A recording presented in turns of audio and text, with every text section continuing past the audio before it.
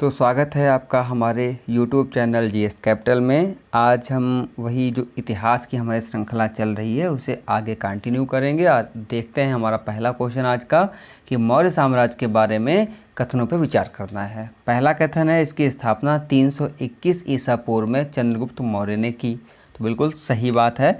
यहाँ पे चाणक्य की सहायता से 321 में नंद वंश का शासन समाप्त कर जो मौर्य साम्राज्य की नींव चंद्रगुप्त मौर्य ने 321 ईसा पूर्व में ही डाली थी। बिल्कुल सही बात है।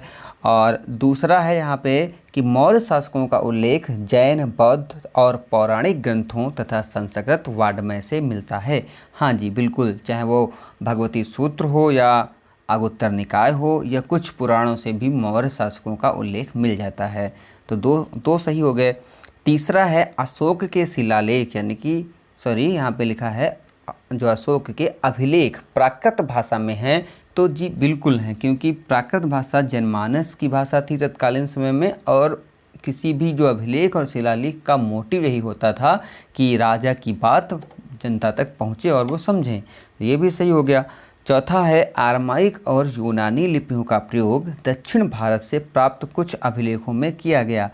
ये गलत हो गया, क्योंकि आरमाइक और यूनानी लिपियाँ जो थीं ये सुदूर उत्तर से जो अभिलेख प्राप्त हुए थे, जैसे कि जो अफ़गानिस्तान वाला क्षेत्र वहाँ से प्राप्त होती हैं। ठीक है, तो ये वाला हमारा गलत हो गया। अब इसका हमारा ऑप्शन 1, 2 और 3 सही हो जाएगा।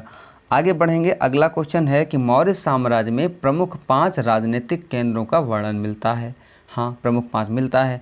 कह रहा है कि इनमें से कौन सम्मिलित थे। तो दोस्तों पाटलिपुत्र तो था ही, क्योंकि उसकी राजधानी थी। तक्षशिला भी इसमें जो आता था, यहाँ से अच्छा खासा व्यापार होता था। ये एक व्यापारिक नगर भी थे।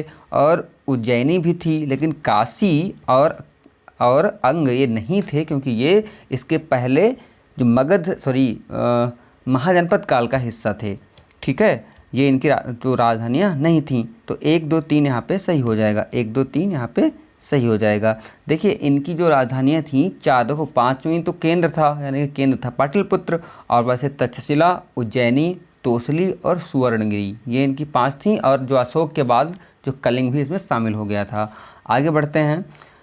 जो हमारा अगला क्वेश्चन है, मौर्य काल के संदर्भ में निम्नलिखित कथनों पर विचार कीजिए। तक्षशिला और उज्जैनी दोनों लंबी दूरी वाले महत्वपूर्ण व्यापार मार्ग पर स्थित थे। बिल्कुल सही बात है। ये लंबी दूरी, देखो तक्षशिला जो वर्तमान में पाकिस्तान में जो पड़ता है, और उज्जैनी अपने यहाँ पड़ता है भारत में। तो ये एक तो लंबी दूरी वाले व्यापारिक मार्ग थे और नगर भी थे। तो ये पहला सही हो गया।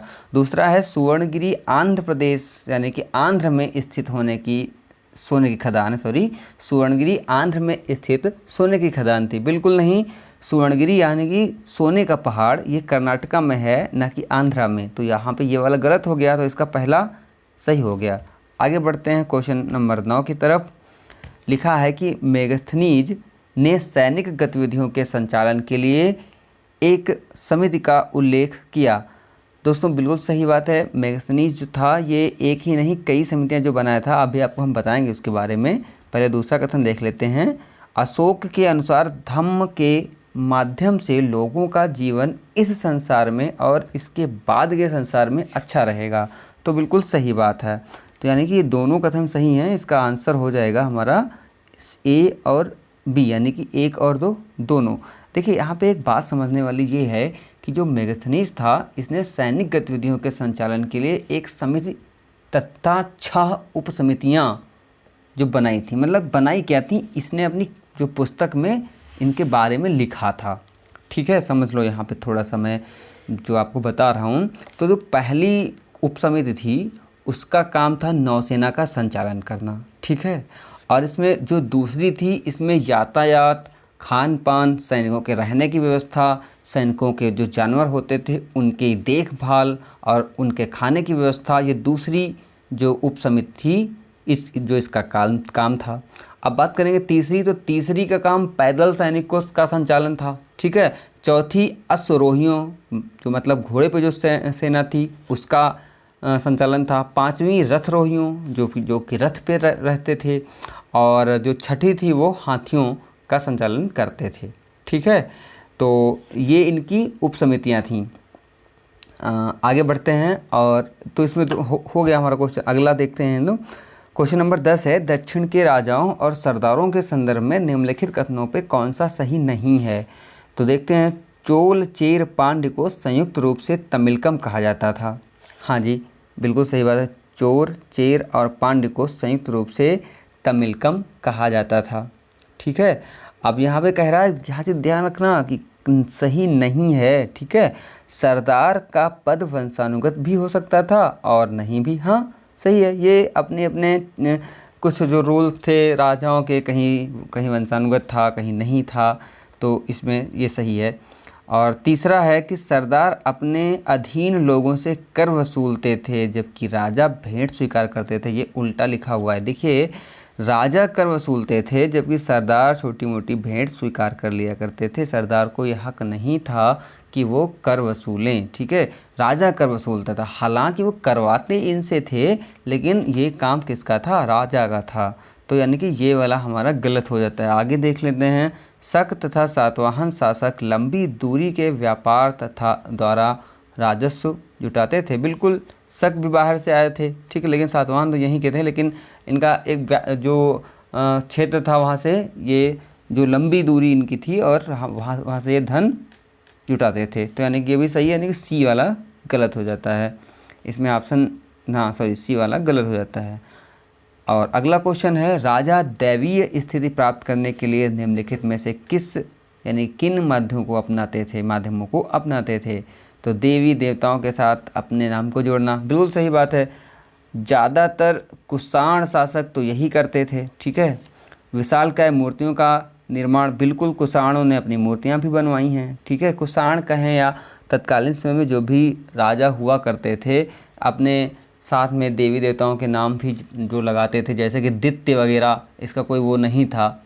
ये सब यहीं से शुरुआत है इसकी। और बड़ी बड़ी उपाधियाँ धारण करते थे, बिल्कुल बड़ी बड़ी जो उपाधियाँ भी धारण करते थे, आपको इसमें जो इतिहास में जो मिल भी जाएगा। तो यहाँ पे तीनों सही हैं, ऑप्शन हमारा 1 2 3 तीनों सही हो जाएगा। आगे बढ़ते हैं और क्वेश्चन नंबर 12 को देखते हैं। शिल्पाधिकारम की रचना तेलुगु भाषा में की गई। बिल्कुल गलत, तेलुगु नहीं, क्या तमिल भाषा में शिल्पाधिकारम की रचना तमिल भाषा में की गई थी। ठीक है, अगला है, कनिष्क के सिक्कों पर अग्रभाग में राजा तथा पृष्ठभाग में देवता का अंकन। बिल्कुल, जो कनिष्क के सिक्के थे, कुषाण वंश का जो था, उसके आगे जो था उसमें खुद का चित्र जो अंकित था और पीछे देवता का चित्र अंकन होता था। ठीक है, तो यहाँ पे इसका हो जाएगा 1 और दोनों सही हैं। नहीं, मतलब यानी कि पहला तो गलत हो गया था, तो केवल 2 सही हैं। ठीक है, केवल 2 सही है। आगे बढ़ते हैं क्वेश्चन नंबर 14 की तरफ। 6ठी शताब्दी ईसा पूर्व की आर्थिक स्थिति के संदर्भ में निम्नलिखित कथनों पर विचार कीजिए। करते हैं भाई विचार। लोहे के फाल वाले हलों का प्रचलन उपमहाद्वीप के कुछ भागों तक ही सीमित था। देखिए, जो यद्यपि लोहे की खोज तो हो गई थी, लेकिन उसका प्रयोग अभी भी बहुत बड़े स्तर पे नहीं हो पाया था। तो ये जो पहला कथन है, ये बिल्कुल सही प्रतीत होता है। नहरों के माध्यम से सिंचाई की जाती थी। हाँ, नहरें आ चुकी थीं और नहरों के माध्यम से जो सिंचाई होती थी। तो यहाँ पे यानी कि ए और बी यानी कि 1 और 2 दोनों सही हैं। ठीक है, आगे बढ़ते हैं और हम देखते हैं अपना अगला क्वेश्चन। अगला क्वेश्चन हमारा है क्वेश्चन नंबर 15, निम्नलिखित युग्मों पर विचार कीजिए। अब देखिए, यहाँ पे शब्द दिए हैं, ये प्राचीन भारत से ही हैं और उसके आगे उसका क्या अर्थ होता था। तो गृहपति जमींदार और छोटे किसान होते थे। ठीक है, बिल्कुल सही है। कभी कभी गृहपति को क्या होता था, घर का मुखिया भी संज्ञा दे देते थे।